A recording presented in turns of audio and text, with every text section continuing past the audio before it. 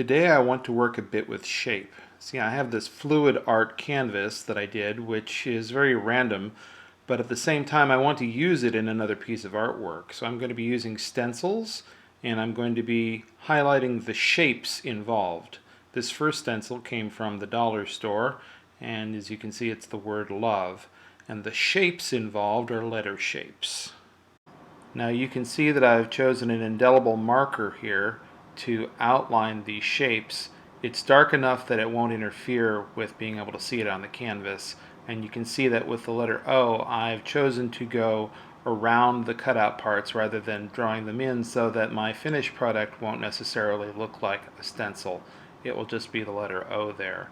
This I got from the dollar store. And it just so happened to be 14 inches tall, and since my canvas is 11 inches wide and 14 inches tall, I thought it would work very nicely on this. Now I could use a stencil brush to put something like this on here, but I'm not very fond of them, so I decided to use this indelible marker. I also thought that I would play with the concept of positive and negative shape, and to do that I want to use an outline first on my shapes rather than put the shapes down flat. Now shape is an element, and in this case it's defined as a space inside the lines rather than outside. I can create shape by giving flat areas of color, I can create shape by using different textures, and I can create shape by enclosing lines, which is what I'm choosing to do at the beginning.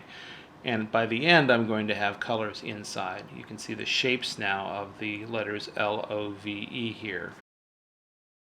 Now for this project I picked up several stencils, and I've chosen one that has giraffes and some tree silhouettes, and I'm going to outline this as well right on top of some of the lettering that I did.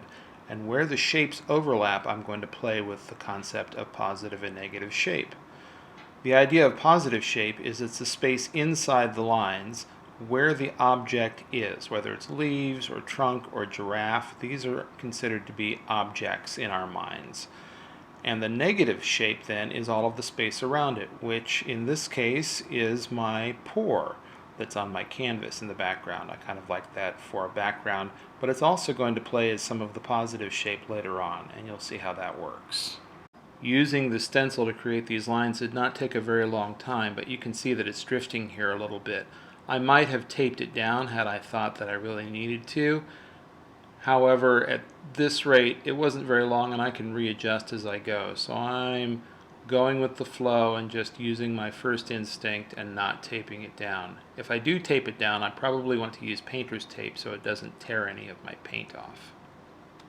I'm also going to use this other stencil to put this moon shape up in the corner. I don't have to use the whole stencil, just a part of it will do.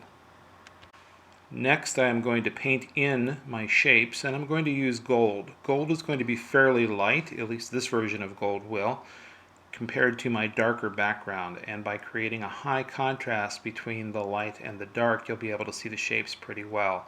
Now I know from experience I'm going to have to use multiple coats, so my first coat is going to fill in as closely as I can, and each coat after that is going to be neater and neater and neater on top.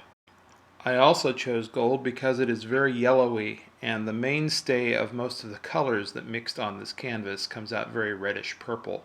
So the contrast of complementary colors is going to help my image give it that extra pop, that wow. At this point you can see that I'm going to be interplaying positive and negative shape.